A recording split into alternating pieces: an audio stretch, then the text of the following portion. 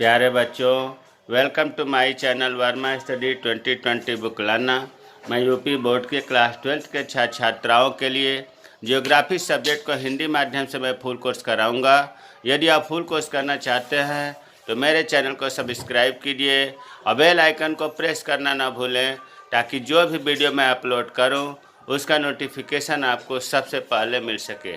प्यारे बच्चों, जो सेकंड बुक है भारत लोक और अर्थव्यवस्था, उसमें चैप्टर 8 चल रहा था। इससे पहले 5 वीडियो डाला जा चुका है। आज छठा पार्ट है। आज हम लोग पढ़ेंगे निर्माण उद्योग के अभ्यास के प्रश्नोत्तर, जो एनसीईआरटी के बुक में लास्ट में एक्सरसाइज दिया हुआ है। इनके क्वेश्चनों को देखते हैं। सबसे पहले दिया है, नीचे दिए गए 4 विकल्पों में से सही उत्तर को चुनिए।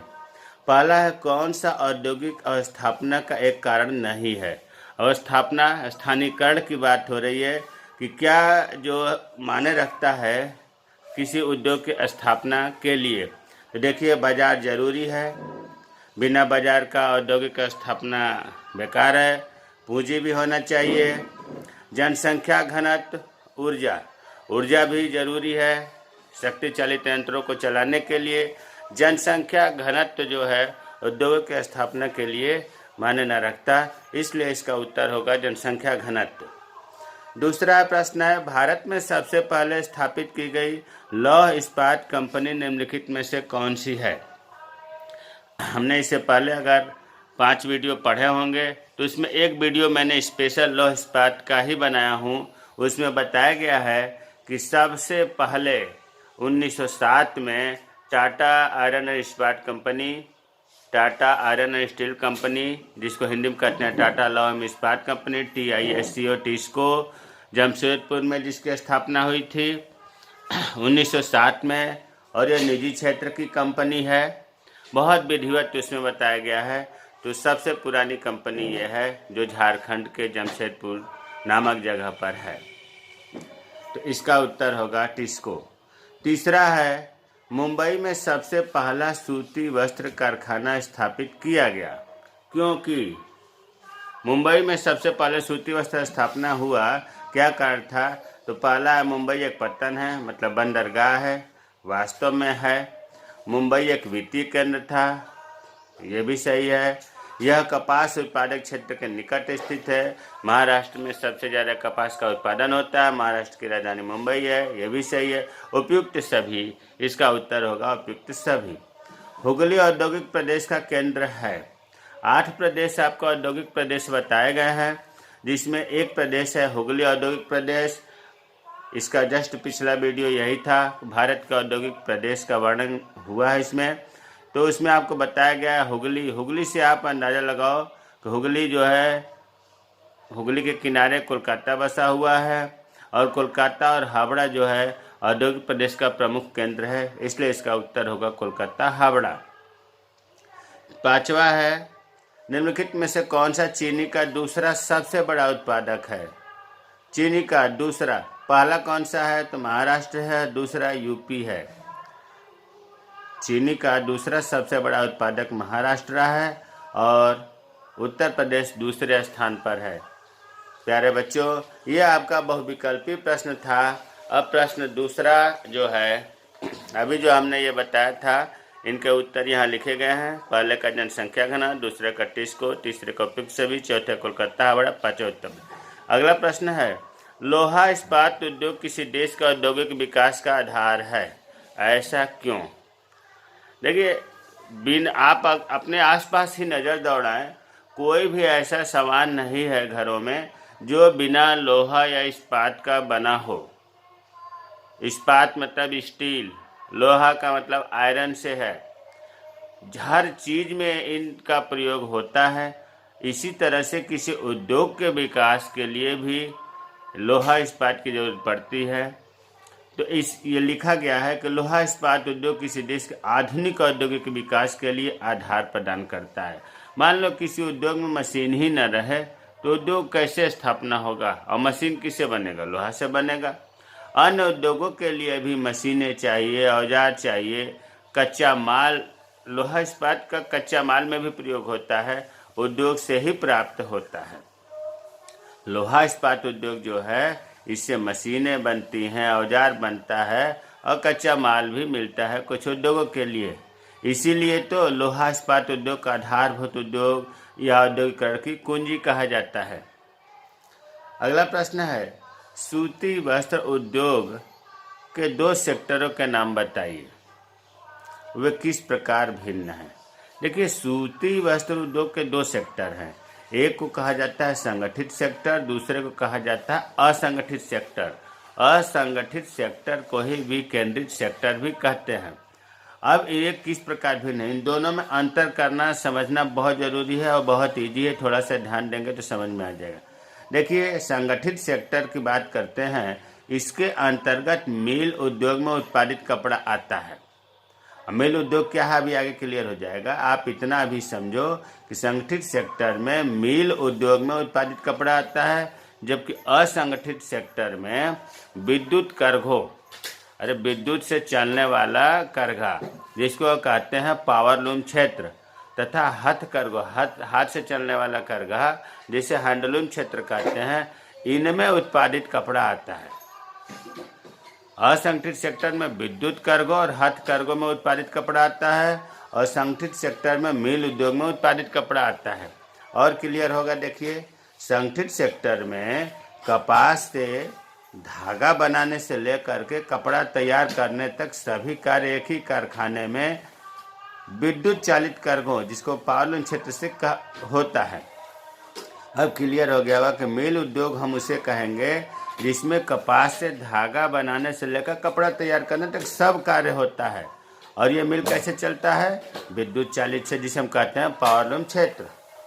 असंगठित सेक्टर में समझिए, इसमें हर कार्य अलग होता है। सूत काटने का अलग, कपड़ा बुनने का कार्य अलग अलग इकाइयों द्वारा किया जाता है। और इसमें हस्तचलित करघे जिसको हम कहते हैं हैंडलूम क्षेत्र और विद्युत चालित करघे जिसको हम कहते हैं पावर लूम क्षेत्र, दोनों शामिल है, हस्तकरघा और विद्युत करघा। जबकि इसमें केवल विद्युत करघा सम्मिलित है। इसमें एक ही जगह एक ही मिल में सब काम होता है, इसमें अलग अलग होता है। तो ये आपको हमें उम्मीद है कि संगठित सेक्टर और असंगठित सेक्टर में अंतर समझ में आ गया होगा। अब अगला प्रश्न है, चीनी उद्योग एक मौसमी उद्योग क्यों है। मौसमी उद्योग का मतलब हुआ कि ये किसी विशेष मौसम में ये उद्योग चलते हैं, बाकी समय में ये बंद रहते हैं। अब देखो, चीनी उद्योग का जो कच्चा माल है गन्ना है, गन्ना से ही चीनी उद्योग चलते हैं। और गन्ना एक मौसमी फसल है, एक विशेष मौसम में ही गन्ना की फसल की कटाई होती है, इसके बाद इसका जो है बंद हो जाता है। तो जब गन्ना मौसमी फसल है तो भारत में चीनी उद्योग भी मौसमी उद्योग ही तो कहलाएगा, क्योंकि जब गन्ने का उत्पादन होगा तभी जो है चीनी उद्योग चलेंगे, इसीलिए कहा जाता है मौसमी उद्योग। अगला प्रश्न है, पेट्रो रासायनिक उद्योग के लिए कच्चा माल क्या है, इस उद्योग के कुछ उत्पादों के नाम बताइए। प्यारे बच्चों, पिछले वीडियो में भी बताया गया था कि पेट्रो रासायनिक उद्योग क्या है, फिर भी यहाँ थोड़ा सा बता दूँ कि जब हम ज़मीन से निकालते हैं खनिज तेल में बात हम करते हैं अपरिष्कृत पेट्रोल का, क्योंकि खनिज तेल से diesel, petrol, kerosene, oil, lubricant सब आ जाते हैं खनिज तेल में। लेकिन यहाँ जो पेट्रोल की बात हो रही है, अपरिष्कृत मतलब कच्चा पेट्रोल, उसमें अशुद्धियाँ ढेर सारी हैं और उस ज़मीन से निकाला गया है, उसकी बात हो रही है। ये जो अपरिष्कृत पेट्रोल है, क्रूड पेट्रोल है, इसके प्रक्रमण से मतलब इसमें कुछ प्रक्रिया करके प्राप्त विभिन्न वस्तुएं या उत्पाद कच्चे माल के रूप में प्रयोग की जाती है। पेट्रो रासायनिक उद्योग में क्या होता है कि जो अपरिष्कृत पेट्रोल है, कच्चा पेट्रोल है, उसमें कुछ क्रिया करके इससे वस्तुएं बनाते हैं, उत्पाद बनाते हैं और इन वस्तुओं को कच्चे माल के रूप में प्रयोग किया जाता है। और जो कच्चे माल के रूप में प्रयोग करते हैं उन्हें तो कहा जाता है पेट्रो रासायनिक उद्योग। इस उद्योगों के उत्पाद को, जो पेट्रो रासायनिक उद्योग है, इसके उत्पाद को 4 वर्गों में बांटा गया है। पॉलीमर, प्रतिस्थापक हिंदी में कहते हैं, कृत्रिम रेशे, इसे संश्लेषित रेशे भी कहते हैं, इलास्टोमर्स और पृष्ठ संक्रियक। तो इस उद्योग के पेट्रो रासायनिक उद्योग के पूरे उत्पाद को 4 भागों में बांटा गया है: पॉलीमर, कृत्रिम रेशे, इलास्टोमर्स और पेस्ट संकीर्ण। अगला प्रश्न है, भारत में सूचना प्रौद्योगिकी क्रांति के प्रमुख प्रभाव क्या है? सूचना प्रौद्योगिकी, इंफॉर्मेशन टेक्नोलॉजी। प्यारे बच्चों, इस समय आपको भी महसूस हो रहा होगा कि सूचना प्रौद्योगिकी हमारे यहाँ भारत में इसका बहुत असर पड़ा है। पहले लैंडलाइन से लोग बात करते थे, गांव में कस्बों में 1-2 रहा करता था, मोबाइल बहुत लोगों के पास नहीं था। अब जो है लैंडलाइन की तो बात छोड़िए, अब हर घरों में 2-2, 3-3 मोबाइल है। सूचना प्रौद्योगिकी का ही तो देन है। सूचना प्रौद्योगिकी से हमारे देश में आर्थिक विकास हुआ है। तमाम तरह के व्यवसाय, ऑनलाइन खरीदना बेचना, पढ़ाई लिखाई, बिजनेस, सब कुछ सूचना प्रौद्योगिकी के द्वारा ही संभव हो पाया है। सामाजिक विकास की भी संभावना है। सामाजिक विकास में सोचो, पहले लोग किसी का हाल चाल जानने के लिए लेटर लिखते थे जो 10 दिन में पहुंचता था। अब तो दिन भर में 10 बार, कई बार फ़ोन से संपर्क कर लेते हैं। आपस में सामाजिक विकास का भी सूचना प्रौद्योगिकी का बहुत प्रभाव पड़ा है। एक सॉफ्टवेयर उद्योग इस समय देश की अर्थव्यवस्था में बहुत तेज़ी से उभर कर आ रहा है। ये सूचना प्रौद्योगिकी की देन है। जो सॉफ्टवेयर उद्योग इस समय काफ़ी डेवलप हो रहा है, जिस सॉफ्टवेयर उद्योग के द्वारा ही व्यापार या अन्य क्षेत्रों में तेज़ी से विकास हुआ है। तो सूचना प्रौद्योगिकी क्रांति का बहुत ही गहरा प्रभाव हमारे देश में पड़ा है। अगला प्रश्न है, स्वदेशी आंदोलन ने सूती वस्त्र उद्योग को किस प्रकार विशेष प्रोत्साहन दिया? स्वदेशी आंदोलन ने, देखिए, स्वदेशी आंदोलन को समझने से पहले थोड़ा सा इसके बैकग्राउंड को हम जानना चाहते हैं। देखो, सूती वस्त्र उद्योग भारत का बहुत ही पुराना परंपरागत उद्योग है। पुराना उद्योग भले है, लेकिन पहले भारत में जो उच्च कोटि का मलमल, कैलिको, छीट, ये सूती कपड़ों का वैरायटी है, प्रकार है। मलमल, कैलिको, छीट, ये विश्व में इसकी मांग थी। भारत के सूती कपड़ों की, सूती कपड़ों में मलमल, कैलिको, छीट की बहुत मांग थी विश्व लेवल पर। लेकिन हुआ क्या प्यारे बच्चों, 18वीं शताब्दी के मध्य में, मतलब 1850 के आसपास की बात हो रही है कि ब्रिटेन के मैनचेस्टर, याद रखो, 2 जगह तो याद ही रखना पड़ेगा, ब्रिटेन मतलब इंग्लैंड के मैनचेस्टर तथा लिवरपूल में सूती कपड़ों के मिलों की स्थापना हुई। जब 18वीं शताब्दी के मध्य में मैनचेस्टर तथा लिवरपूल में सूती कपड़ों का स्थापना हुआ, तो हमारे यहाँ भारत में अंग्रेज़ों का सत्ता था। वो हमारे यहाँ का जो कच्चा माल होता था, कपास जो होता था, वो जो है अपने ब्रिटेन में मैनचेस्टर, लिवरपूल में जो सूती कपड़ों की स्थापना हुई थी, वहाँ भेजने लगे। मतलब विदेश, इंग्लैंड से, ब्रिटेन से हमारे यहाँ की कपास की भारी मांग होने लगी। और यहाँ जो ब्रिटिश शासक थे, वो क्या काम करते थे कि जितना कपास होता था वो इंग्लैंड भेजना शुरू कर दिए, क्योंकि यहाँ उनकी सत्ता थी। और वो अपने देश के मैनचेस्टर और लिवरपूल में स्थापित जो सूती वस्त्र उद्योग था, उसको कच्चा माल के लिए भेजना शुरू कर दिए। अब यहाँ क्या हुआ कि जो हमारे यहाँ भारतीय बुनकर थे, इनको कपास, यही कहिए कि कच्चे माल की उपलब्धता न होने के कारण यहाँ पर स्वदेशी सूती वस्त्र उद्योग प्रभावित हो। जब माल ही नहीं रहेगा तो यहाँ हमारे बुनकर कहाँ से धागा बनाएंगे, कहाँ से कपड़ा तैयार करेंगे? अर्थात यहाँ जो सूती वस्त्र उद्योग था भारत का, वो प्रभावित होने लगा। इसके साथ ही जब ब्रिटेन में जो मैनचेस्टर और लिवरपूल में कपड़ा उद्योग स्थापित हुआ था, वहाँ से जो तैयार कपड़ा आया वो भारत में बेचा जाने लगा। और महंगा मतलब यहाँ के जो कपड़े थे भारत के, इनके अपेक्षा उनका सस्ता था। सस्ता मतलब कि उनको आकर्षित करना था, तो भारत में बेचा जाने लगा, जो अपने यहाँ ब्रिटेन में मिल में तैयार होता था। इस तरह क्या हुआ, भारतीय अर्थव्यवस्था को बहुत ही नुकसान पहुंचाया ब्रिटिश शासकों ने। ये एक आपका फंडामेंटल था कि हमारे यहाँ का कैसे समस्या उत्पन्न हुई। अब आपको इतना समझने के बाद इम्तिहान में यहाँ से लिखना होगा कि 19वीं शताब्दी के उत्तरार्ध में सबसे पहले मुंबई में स्थापना हुआ सूती वस्त्र उद्योग, और इसके बाद अहमदाबाद में हुआ। सबसे पहले मुंबई में, फिर अहमदाबाद में, धीरे धीरे और जगह स्थापना हुआ। 1920 की बात है। 1920 ईस्वी में गांधी जी के आह्वान पर स्वदेशी आंदोलन में, गांधी जी ने कब चलाया स्वदेशी आंदोलन? 1920 में। और इस स्वदेशी आंदोलन में भारतीय लोगों को स्वदेशी वस्त्र व अन्य वस्तुएं खरीदने के लिए प्रोत्साहित किया गया। गांधी जी ने प्रोत्साहित किया कि भाई विदेशी, मतलब जो ब्रिटेन से आ रहा है कपड़ा या कोई भी वस्तु, उसे नहीं खरीदना है, हमें अपने देश का स्वदेशी वस्त्र का उपयोग करना है, स्वदेशी वस्तुओं को खरीदना है। और लोगों ने साथ दिया।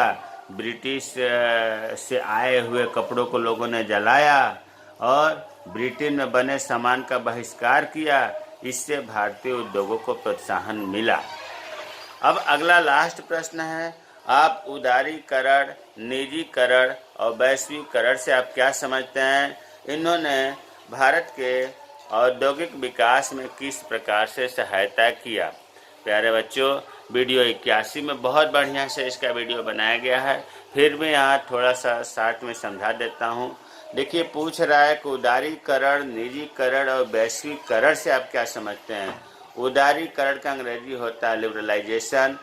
इसमें अगर हम इस शब्द को देखें लिबरल, तो लिबरल करना, लिबरल मतलब उदार करना। इसके अर्थ, शाब्दिक अर्थ को ध्यान दीजिए। लिबरल करना, उदार करना, सॉफ्ट हो जाना, छूट देना, इकोनॉमी को खुला छोड़ देना, उदारीकरण कहलाता है। अब प्रश्न उठता है कि इकोनॉमी को खुला छोड़ देना, अरे भाई इकोनॉमी को खुला छोड़ देने का मतलब हुआ कि लाइसेंस को हटा देना, व्यापार के नियम को सिंपल बना देना, व्यापार के प्रतिबंध को समाप्त कर देना, लिबरल कहलाता है। इसीलिए तो लिबरलाइजेशन या उदारीकरण कहा गया।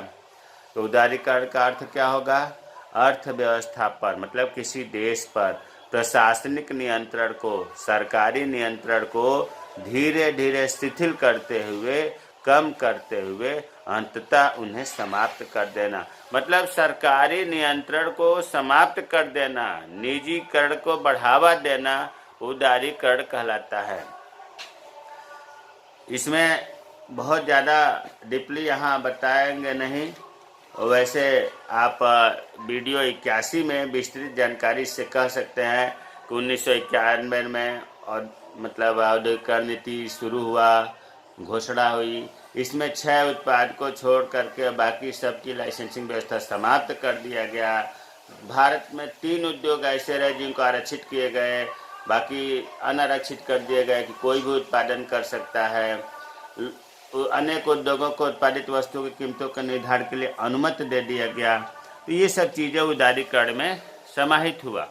अब दूसरा शब्द है निजीकरण, प्राइवेटाइजेशन। सार्वजनिक क्षेत्रों में, सार्वजनिक का मतलब सरकारी क्षेत्रों में पूंजी या प्रबंधन या दोनों में निजी क्षेत्रों की भागीदारी बढ़ाना या उन्हें निजी क्षेत्रों को सौंप देना निजीकरण कहलाता है। भाई सरकारी जो कंपनी है उसमें निजी क्षेत्र की पूंजी लगाओ या निजी क्षेत्र का प्रबंधन करो या पूंजी या प्रबंधन दोनों करो, कुल मिलाकर निजी क्षेत्रों की भागीदारी बढ़ाओ या निजी क्षेत्र को कंपनी सौंप दो, ये कहलाता है निजीकरण। दूसरे रूप में हम ये कह सकते हैं सीधा सीधा कि सरकारी कंपनी को निजी हाथों में बेच देना।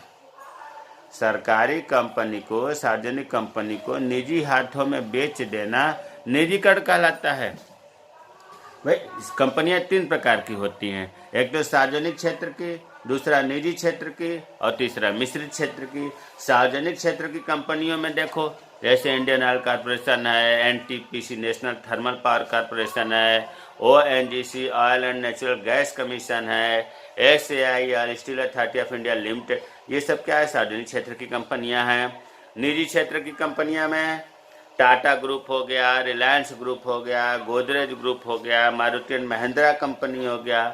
और मिश्रित का मतलब कि जो सार्वजनिक क्षेत्र भी है और निजी क्षेत्र दोनों की भूमिका है। तो हमें उम्मीद है कि निजीकरण आपको समझ में आ गया होगा। तीसरा है वैश्वीकरण। देखिए, वैश्वीकरण, ग्लोबलाइजेशन, इसको भूमंडलीकरण भी कहते हैं। वैश्वीकरण वह प्रक्रिया है जिसमें किसी देश की अर्थव्यवस्था को विश्व की अन्य अर्थव्यवस्थाओं से जोड़ा जाता है। ये ध्यान दो, वैश्वीकरण वह प्रक्रिया है, प्रोसेस है, जिसमें किसी देश की अर्थव्यवस्था को विश्व की अन्य अर्थव्यवस्थाओं से जोड़ा जाता है, ताकि संपूर्ण विश्व में पूंजी, तकनीक, संचार आदि का आवागमन सुलभ हो सके एवं संपूर्ण विश्व एक ही बाजार के रूप में कार्य कर सके। मतलब पूरे विश्व को एक परिवार के रूप में, एक बाजार के रूप में विकसित करना ग्लोबलाइजेशन कहलाता है, ताकि एक देश दूसरे देश से पूंजी लेन देन कर सके, तकनीक का लेन देन कर सके, कम्युनिकेशन का लेन देन कर सके, व्यापार कर सके। तो इसे हम कहते हैं वैश्वीकरण। अब इसी प्रश्न में जोड़ा गया है कि उदारीकरण, निजीकरण व वैश्वीकरण का भारत का औद्योगिक विकास पर प्रभाव क्या पड़ा। भाई, उदारीकरण, निजीकरण, वैश्वीकरण जो 1991 से लागू हुआ, उस समय प्रधानमंत्री जो है पीवी नरसिम्हा राव थे और वित्त मंत्री डॉक्टर मनमोहन सिंह थे। तो उस समय ये एलपीजी, लिबरलाइजेशन, प्राइवेटाइजेशन, ग्लोबलाइजेशन 1991 में नई औद्योगिक नीति की घोषणा हुई थी। तो इसका महत्व देखो, विदेशी पूंजी का सीधा निवेश किया जा सकता है। भाई, वैश्वीकरण के कारण ही हम विदेशों में भी पूंजी का निवेश कर सकते हैं। व्यापारिक प्रतिबंध समाप्त हो गया तो क्या होगा, देश में बहुराष्ट्रीय कंपनियां आने लगी और तमाम उद्योग चलने लगे। तो ये उदारीकरण का ही तो प्रभाव था। भारतीय कंपनियों को विदेशी कंपनियों के साथ प्रवेश करने का अवसर मिला। भारतीय कंपनियां अपने यहाँ विदेश कंपनियों के साथ काम करने में उनको सुलभता हुई। दूसरे देश में भी दूसरे विदेशी कंपनियों के साथ भारतीय कंपनियों को अवसर मिला। उदारीकरण कार्य से आयात भी बढ़ा, निर्यात भी बढ़ा। तो ये सब चीज़ें जो है उदारीकरण, निजीकरण और वैश्वीकरण का प्रभाव पड़ा। मुझे उम्मीद है कि ये जो पाठ था निर्माण उद्योग, जिसमें आज का जो अभ्यास के प्रश्नोत्तर हैं, समझ में आया होगा। अगर इसमें कहीं कोई प्रश्न डाउट है, समझ में नहीं आया, तो कमेंट बॉक्स में कमेंट करें, मैं रिप्लाई करूंगा। मेरे चैनल को सब्सक्राइब कीजिए। वीडियो कैसा लगा इसको कमेंट करें, अच्छा लगा, बुरा लगा, ताकि मैं आने वाले समय में इससे भी अच्छा वीडियो बना सकूं। मैं प्रयास ये करता हूं कि वीडियो की संख्या भले ही ज़्यादा हो, लेकिन पूरा बढ़िया से, पूरा सिस्टम से आप तक पहुंचाया जाए। जय हिंद, जय भारत।